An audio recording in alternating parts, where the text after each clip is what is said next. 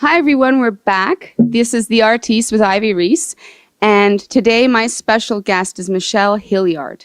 For those of you, many of you know her, she's a lady who needs no introduction, especially on the GTA art and culture scene.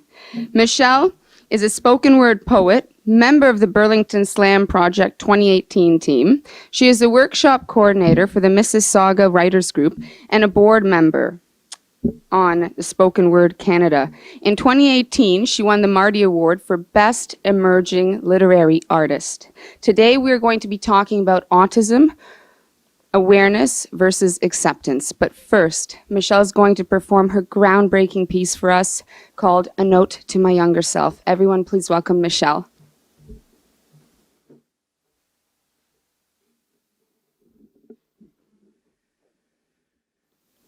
Dear younger self. In 8th grade English, the girl sitting to your left will lean close and whisper, "I could have you killed." Although her words will leave you feeling hollowed paper bag thin, you will smile because, well, someone has finally noticed you. Growing up, making friends will be as easy as grabbing a greased-up watermelon in a swimming pool. You will spend the span of relationships hunched in the exits, terrified people will leave, and then watch as one by one they all do. Your best friends will be the four walls of your bedrooms, the pages of books, and the inside of your own head, though that last one will actually try and kill you. Don't worry, you will be just as bad at suicide as you are at talking to people. Anxiety, the doormat you trip over in the entryway of every conversation where eye contact slides across your body like paper cuts, and figure out facial expressions harder than the differential calculus you will grow to love because unlike with people, at least with algebra, you can calculate out all those y's. Most days, life will feel like a movie where the soundtrack is out of sync, that your brain is an operating system coded in a dead language, that God didn't just break the mold after he made you, that damn thing, it was broken to begin with. One day, you will stare at yourself in a shattered mirror and think, finally, my reflection does show who I am on the inside. When your son is 3, you'll be given a list of all the reasons why he's been diagnosed as autistic, and in that moment, you will feel like you're reading your own biography. The idea that your past has been wound to your child's DNA will deadweight your heart through the floor until you look at them. Light of your life. Peace of your heart beating outside of your body, and you will know that someone that incredible could never be seen as damaged. Younger self, all the time you spent as a stone rolled by waves against a rocky shore did not wear you down into nothing. No, it shaped you into a mother. It shaped you into his mother. When others say, "I don't understand him, he's such a puzzle piece," you can say, "Son, me too, and look, we fit together perfectly." Because you know how ordinary days can feel more chaotic than the climax of a Michael Bay film, how even the slightest transition can be just as jarring as a blizzard in the heat of July, how facing change feels like you're stepping into a gaping jaw full of sharp teeth, just praying it won't shut, but no matter what, when things get hard, you will hold him. You'll rock him back and forth with the comfort of expectations and schedules and patterns and rhythm and music and words and love and love and love and love and love. Despite all the knots, anxieties tied into your tongue, when it comes to your son, you will discover your voice could be a jet engine at takeoff, because the world needs to know normal is just a setting on a washing machine. Perfection is not an equation for happiness, and no matter what anyone says, just because you are different, it does not mean you are broken. Younger self, I know you feel like a player in a game. No one explains these rules you keep breaking, but do not quit. I promise you. I promise you. It will all be worth it. There is an amazing young man in your future. He can't wait to meet you. Thank you so much, Michelle. Everyone will be back in just a few seconds. Thank you. Hi, everyone. We're back. Here I am with Michelle Hillyard. Today we will be talking about autism, acceptance versus awareness, because there truly is a difference. But first, I'd like to show you the new magazine, Alt Minds, is already taking the GTA by storm. Michelle is the poetry editor on this magazine, and it has a strong focus on mental health. And everyone, please welcome Michelle Hillyard. Thank you very much. Thank you for having me here today. Thank you for coming in. So you've been on the go so much lately. I don't even know how you manage to be everywhere. And you're also launching a new poetry series next week in Mississauga called Verses Out Loud. It's an open mic. Right. It's sponsored by the Mississauga Arts Council, so thanks to them for sponsoring this. Yes. And we're having one on April the 4th, and the next one on May the 2nd. Amazing. And you're co-hosting with Paul Edward Costa, Paul, yeah. another mover and shaker on the scene. And he was also a Marty nominee for Emerging Artist. Yes. Yes, so awesome. We'll give you all the details at the end of the show. I think I might be there. And but let's start. I mean, you've been active on the slam scene for a few years now, and I know some people might not. I didn't know for a long time. Like, how would you best describe the difference between slam and spoken word poetry? Because especially with alt minds, you were telling me you've been in a lot of spaces lately where, because slam is really rigid, and you've been in a lot of spaces where people are more open, and it's kind of opened your eyes to both sides of things. Well, slam is a competition, Yes, so it's still spoken word poetry. You can go to any open mic and hear pieces which would be suitable in a slam competition, spoken word pieces. So it's more of a form of presenting poetry. Mm-hmm. And you're bound by a few rules like time length, and you want to make sure you score well with the judges, and you want to be entertaining. Versus if you go to an open mic, there's a lot less pressure to perform in such a way where you're trying to get votes or scores. Yeah, it's more performance based, and I think you were saying you really liked having the different spheres because now as poetry editor, you're getting hundreds of submissions for alt minds. Yep, you got a lot, and fantastic pieces. Very I didn't realize how difficult a job it would be to narrow that down once we got them in. Yeah, and we're going to let everyone know at the end of the show how they can submit and subscribe, because their second issue is coming out soon, and it's a biannual magazine, and then the third issue will open up submissions in the summer. Now, April is Autism Awareness Month, and a lot of your work does explore mental health, including alt minds, and often as a society, I think like the concept of awareness is not necessarily the same as accepting something. Right. And what do you think how would you say the difference is? Awareness, the aim of awareness is to raise the consciousness of a certain topic. So we want to make sure people are aware that, not only aware that autism exists, I think we're all pretty familiar with that, but also what does it mean? What does it look like? You meet one autistic person, which means you meet one autistic person, and it varies so much. Versus acceptance. Acceptance is actually a little more on the active side. So I could be aware of something, but what am I doing to help anyone in that position in this world? What kind of changes am I championing to make their lives easier? And that's why acceptance is very important in comparison with awareness. We do want to, of course, raise issues or raise the fact that this exists, but the next step is, okay, we know it exists, what do we do? How do we help people? How do we make their lives easier? Well, you said something compelling to me a few weeks ago. You said awareness can promote stereotypes, and that's kind of what sometimes awareness campaigns are more about, but also that we live in a capitalist society, and people are often judged by their worth. And so that's not good, obviously, when stereotypes are promoted, right? Because of certain behaviors that autism comes with, such as stimming. Right. So the fact that when you hear autism awareness, usually it goes hand in hand with Light It Up Blue, for example, and that came from the fact that it was predominantly diagnosed in boys. And now we know that's not the case. It's not just for boys who are autistic. It's across the spectrum. And so we like to ditch the blue aspect, Light Up Blue, to something a little more all-encompassing, like Light Up Red or gold for autism acceptance. And these things, though when people may not think it doesn't matter, it does actually matter. Representation does matter. So we have more representation in the media these days, which is great. It's always great to have representation. People can relate and learn more, but this representation also falls in that same pattern of a white cis male for example. And we want to make sure that people know that autism affects all different genders and all different races. It's across the spectrum.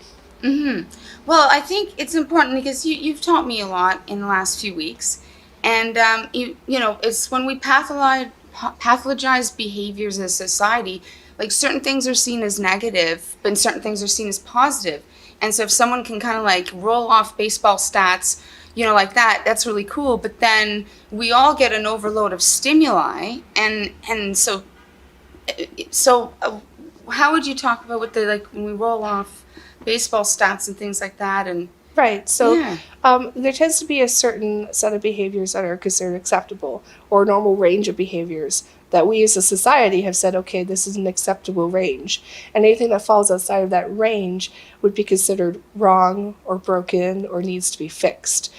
So a very good example, you brought up stimming. So stimming is a repetitive activity that autistic people usually use in order to calm themselves, or to handle the overstimulation. So maybe it's really loud, or maybe there's a strong smell or bright lights.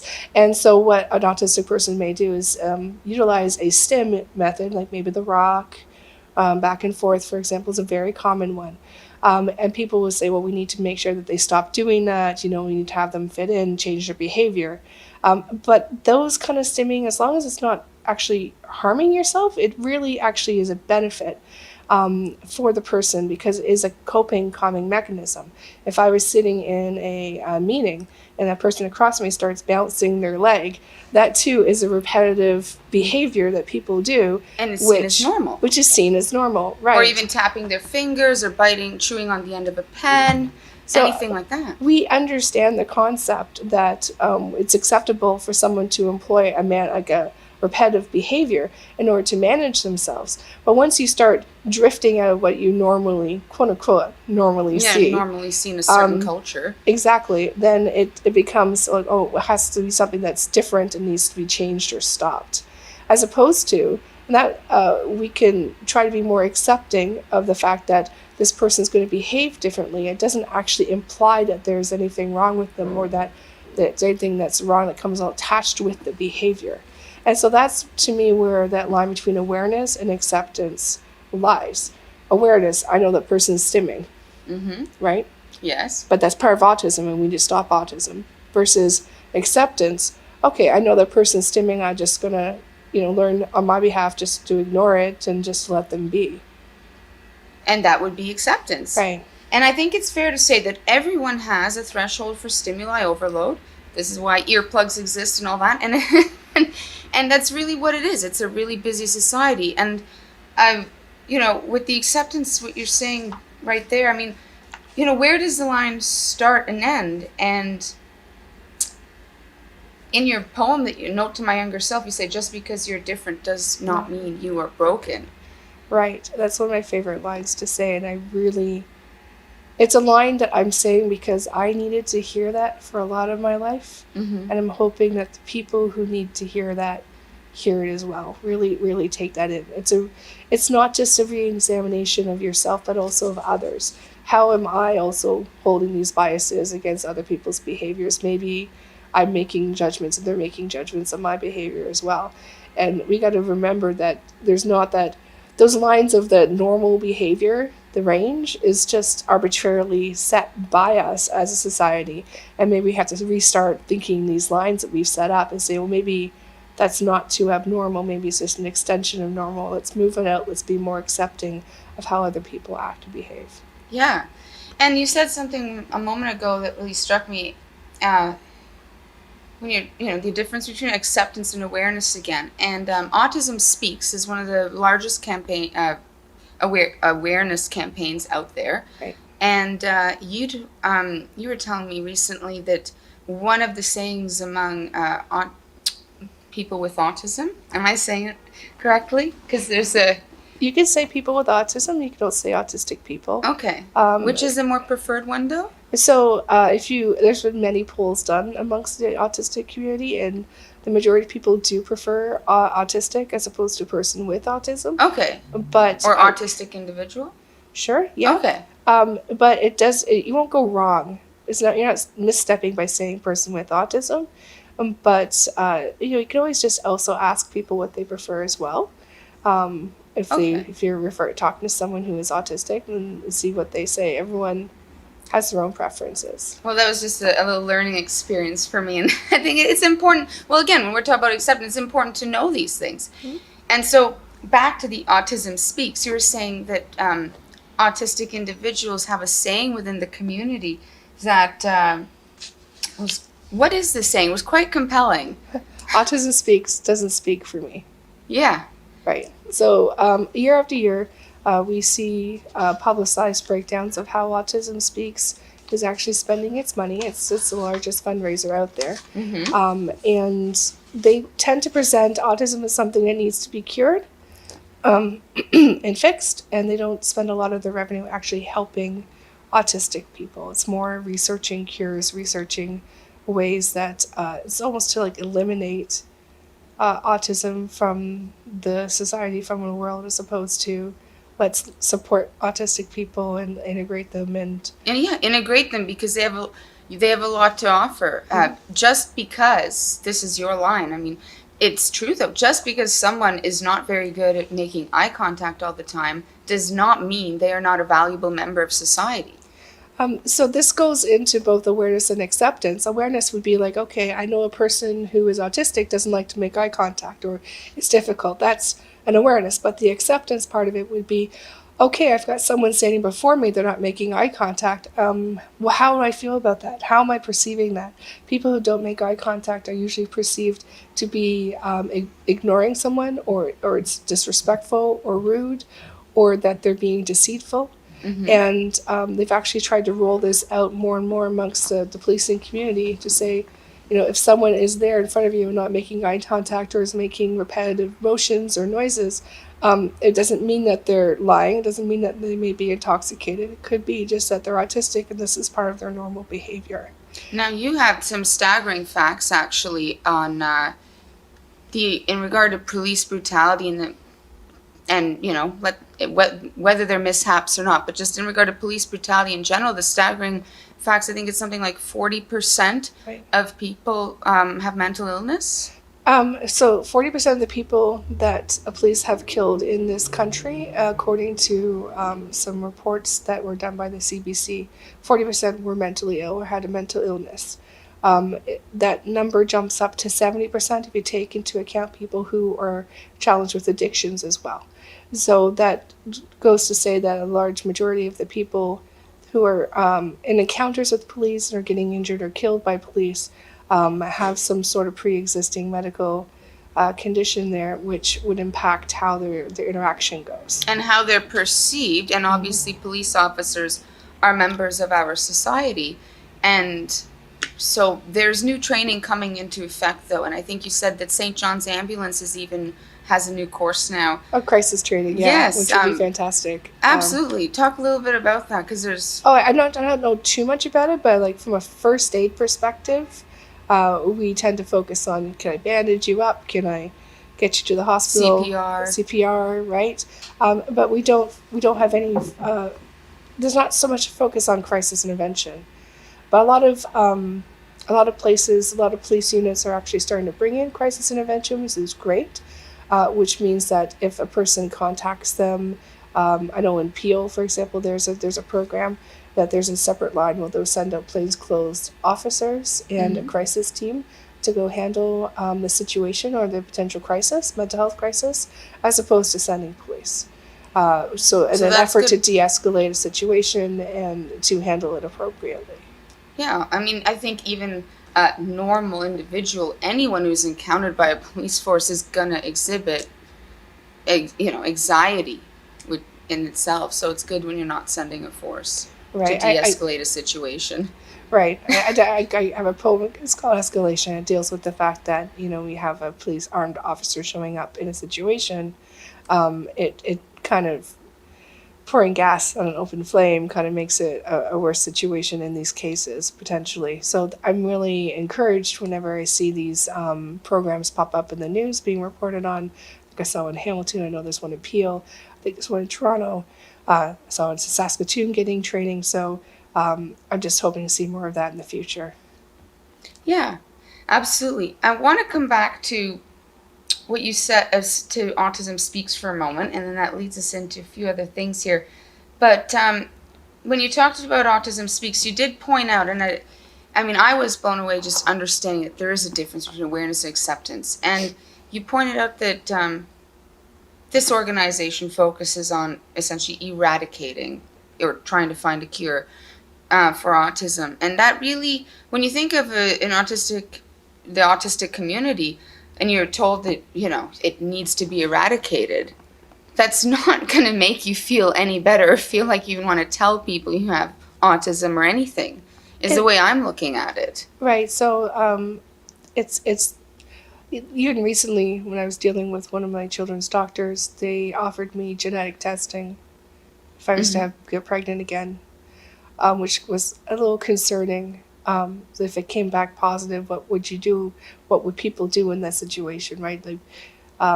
So the idea that someone like people I love, someone like myself, would be eliminated based on this perceived notion that it's a life sentence, that's a difficult life. I think everyone has a difficult life. Yep. So we're focusing on kind of preventing it as opposed to being more accepting and more changing our behaviors to accept autistic people and make their lives easier.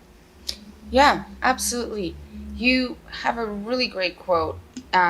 Acceptance is just a way to expand what we see as normal behavior. Mm-hmm. And it's really expanding our horizons. You mentioned before about the memorizing stats. Yeah. So was it the Game of Thrones quote? No. But the power of language, though. That this. Yeah. So we tend to pathologicalize. Oh yes. Behaviors. So as I said before, the lines up between what's actually normal and what's not or abnormal really are arbitrarily set based on observation, I guess, of a general population. But what that does is anyone that has behaviors on the outlying side of those are tend to be seen as broken, like there's something wrong with them. It's not necessarily that there's something wrong with them. It just means that they're different than what you normally see. Well, that doesn't mean that it's wrong. We don't have to fix it, exactly. For example.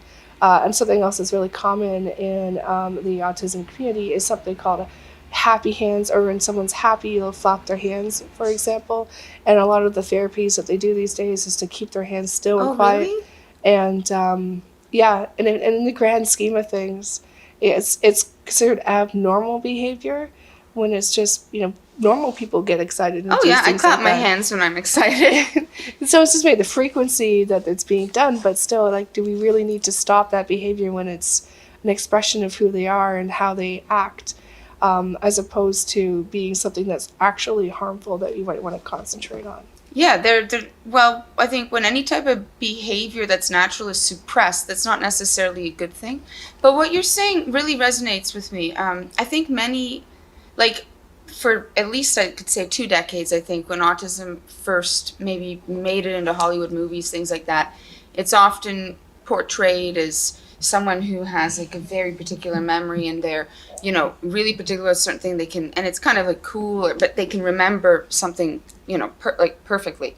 And I mean, Rain Man, a few other movies although I don't think Rain Man had autism, but a few other movies come to mind. Whereas, but yet all these other behaviors associated with autism seem abnormal. But if you talk to a guy who's really into sports or someone who's really into horse racing, and they can just list off the stats, like the players, the this, the that, or even someone into gambling, and it's seen as normal behavior, yet it's really not that different than remembering the stats from something else that's not such seen as common knowledge. Right. So and that shows how the line is arbitrary. Of autism is a hyperfocus or an intense interest in a certain topic. That's very common. The interests, however, don't tend to fall within the common, quote-unquote, normal interests that people would have, like your example of the sports stats. A person may really like trains and knows the entire Go train schedule coming in and out of Union. Yeah. And that's just what they've chosen to focus on and be excited about and memorize and learn. But that's seen, again, as weird. Well, even abnormal. I use the abnormal word a lot, or something's, it's a sign of something being wrong. But if you skew that just a little to the left, and they're talking about the Blue Jays, so down at the Rogers Center now talking about the Blue Jays and all their stats, then it seemed like, okay, more normal. Mm-hmm. And to me, they're the same thing. It's just one is just More common. More common, yeah. So does it really, does common mean normal? Like, how do we define normal? And we have to be very careful and pay very attention to how we define normal, because by defining that, we're essentially saying, okay, this is, everything in here is fine. Everything outside of it we got to do something about. And we're going to uphold our biases against people who have those behaviors, or we're going to go out a way to change them or mark them down for it. And it has real world impacts, yeah. And a lot of it comes down to language. Language is a part of it as well, yeah. And, well, I'd like to, before we wrap up, a few other things. I mean, what would you say on the spectrum aspect? Do you think that's helpful when people talk about, high functioning, low functioning, Asperger's? Or is it, again, because that's language, it seems to me it's pigeonholing things. Am I right? Am I wrong?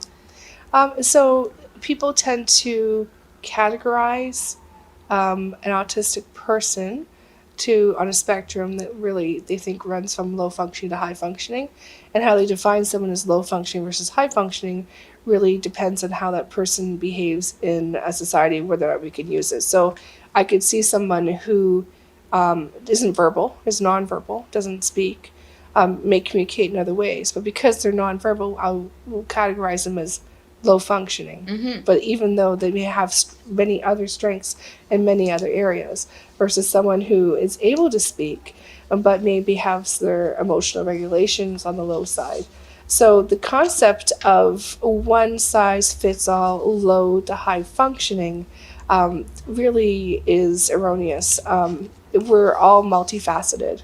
We all have our strengths and our weaknesses that fall across many different categories, whether it be emotional, social, analytical, physical. And the fact that someone has low just in one of those buckets doesn't necessarily mean that they're quote-unquote low functioning. So the common term is you meet one autistic person and you've met one autistic person. And I know that we like to try and label things and in order to be able to assess things easier or communicate faster. It's faster for me to someone, that person's got, Asperger's on the Asperger's end, for example. But it doesn't mean that person is going to have much better functioning than someone who's nonverbal, who's been labeled on the low end. Maybe they're better functioning in other areas. So it's a little bit misleading to use those labels. Well, I like this term neurodiversity. Right. And you identify as a neurodiverse mother and person. How would you describe that to our viewers? Because it's new. It's a new term, I think. I think it was new to me anyway. It was. I think it was developed sometime actually in the 90s. Oh, really? Yeah, and neurodiversity is really reframing the conversation. Right, I talked about the pathologicalizing of behaviors, but now this is saying, okay, well, we're not going to put up these fine lines of this is normal and over this line is abnormal and wrong. It's more we're all on a spectrum, like an umbrella term. Right, and not all our brains function the same way, but because they don't function the same way doesn't mean necessarily that they're wrong. We all have our strengths and weaknesses, even outside of the range of quote unquote normal. So are we talking about someone who maybe have ADHD or someone who is anywhere along the autism spectrum? Those usually fall under the umbrella term of neurodiverse. Cool. So it's a more embracing term.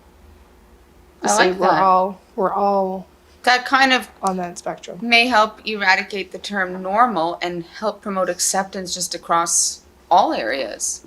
It's also saying, I recognize the fact that the way that my brain works, or the way that I process things, or the way I communicate, falls outside what people usually see as normal. Mm-hmm. But it doesn't mean that it's wrong. I'm accepting that it's a little out there. I don't know the better terminology for that.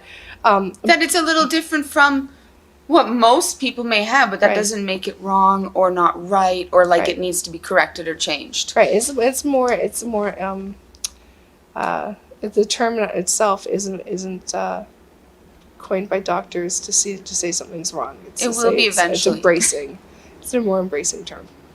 Now I have to ask the question that I think is probably on a lot of people's minds: vaccines. What do you think about the debate and the argument about, vaccinations causing autism? So I trust the experts who have study after study have not found any link. The fact that that discussion is still going on is quite interesting, but it does have a negative impact to hear people who say, I'd rather my child get some kind of communicable disease which may lead to death than to have my child be autistic, which is it goes to show just how much misinformation is out there, and also it's a very damaging thing for an autistic person to hear again and again. I that agree. kind of dialogue.